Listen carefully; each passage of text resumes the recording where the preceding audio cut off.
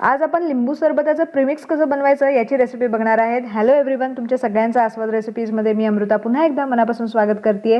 मी मार्केटमधून 10 ते 12 लिंब घेऊन आलेली आहे। ती 1 तासभर पाण्यामध्ये भिजत घालायची आहेत आणि 1 तास झाल्यानंतर ती अशी स्वच्छ कोरडी करून घ्यायची आहेत, फोडी करून घ्यायची आहे आणि याचा रस काढून घ्यायचा आहे।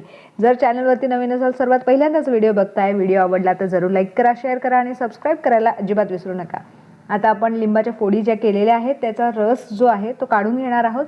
एका वाटीमध्ये मी हा रस जो आहे तो जमा करते। पूर्णपणे 1 वाटी भरलेला आहे, एका ताटामध्ये मी काढून घेतला आहे आणि त्याच वाटीने आपल्याला 3 वाटी साखर यामध्ये ॲड करायची आहे। वेळ वाचवणारं हे प्रीमिक्स आहे, नक्की करून बघा। उन्हाळाही सुरुवात झालेली आहे आणि घाईच्या वेळेत सुद्धा आपल्याला भरपूर जणांसाठी लिंबू सरबत जर बनवायचं असेल आणि जर तुमच्या घरी ही पावडर तयार असेल तर तुम्ही झटपट असं हे लिंबू सरबत बनवू शकता।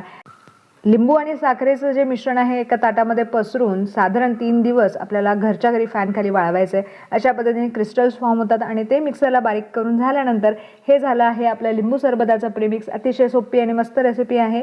छानपैकी एअरटाईट कंटेनरमध्ये तुम्ही स्टोअर करू शकता आणि झटपट असं हे सरबत बनवू शकता। ग्लासमध्ये थोडंसं आपल्याला लिंबू सरबताचं प्रीमिक्स घालून घ्यायचं आहे, मीठ घालून घ्यायचं आहे, पाणी घालून घ्यायचं आहे आणि त्याच्यानंतर मी भिजवलेला सब्जा सुद्धा यामध्ये ॲड करणार आहे। अतिशय सोपी आणि मस्त रेसिपी आहे, नक्की करून बघा आणि केल्यानंतर कशी जमली मला कमेंट करून सांगायला विसरू नका।